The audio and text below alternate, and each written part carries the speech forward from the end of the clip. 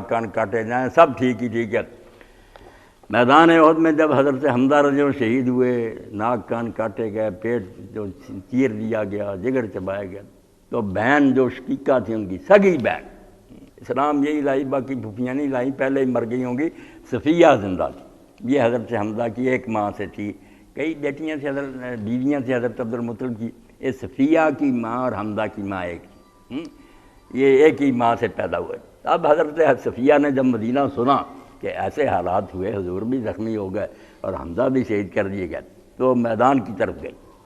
رسول کریم علیہ السلام نے دیکھ لیا، حکیم صاحب بیان کر رہے ہیں اللہ کے رسول نے کس طرح اپنی صداقت جب لوگوں کے سامنے پیش کی کہ میں اگر فراڈیہ ہوتا، جھوٹا، کیا ضرورت تھی میں اپنے ایسے قریبی مرواج کوئی درمیان کی راہ نکالتا، صلح کی، کوئی کافروں کی مان لیتا کہ نہیں جمع جو ہوتا۔ اب جب آپ نے دیکھا کہ پھوپھی جا رہی تو زبیر سے کہا، ان کے بیٹے تھے، کہ زبیر جاؤ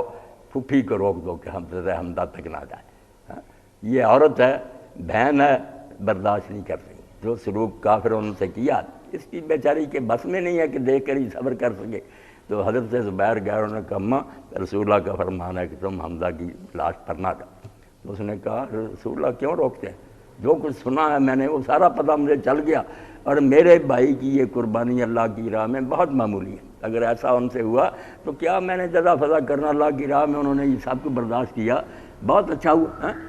اور حضرت رسول کریم علیہ السلام نے فرمایا کہ اگر یہ اندیشہ نہ ہوتا کہ صبر نہ ہو سکا میری پھوپھی سے تو میں حمزہ کو دفن ہی نہ کرتا، پرندے کھا جاتے، درندے کھا جاتے، اور قیامت کے دن آواز پڑتی تو یہ ان کے پیٹوں سے زندہ ہوتا، تو میں اللہ کے سامنے کہتا کہ اللہ تیرے دین کی خاطر میں نے یہ سب کو برداشت کیا۔ تو اللہ فرماتا ہے کہ فضل عظیم،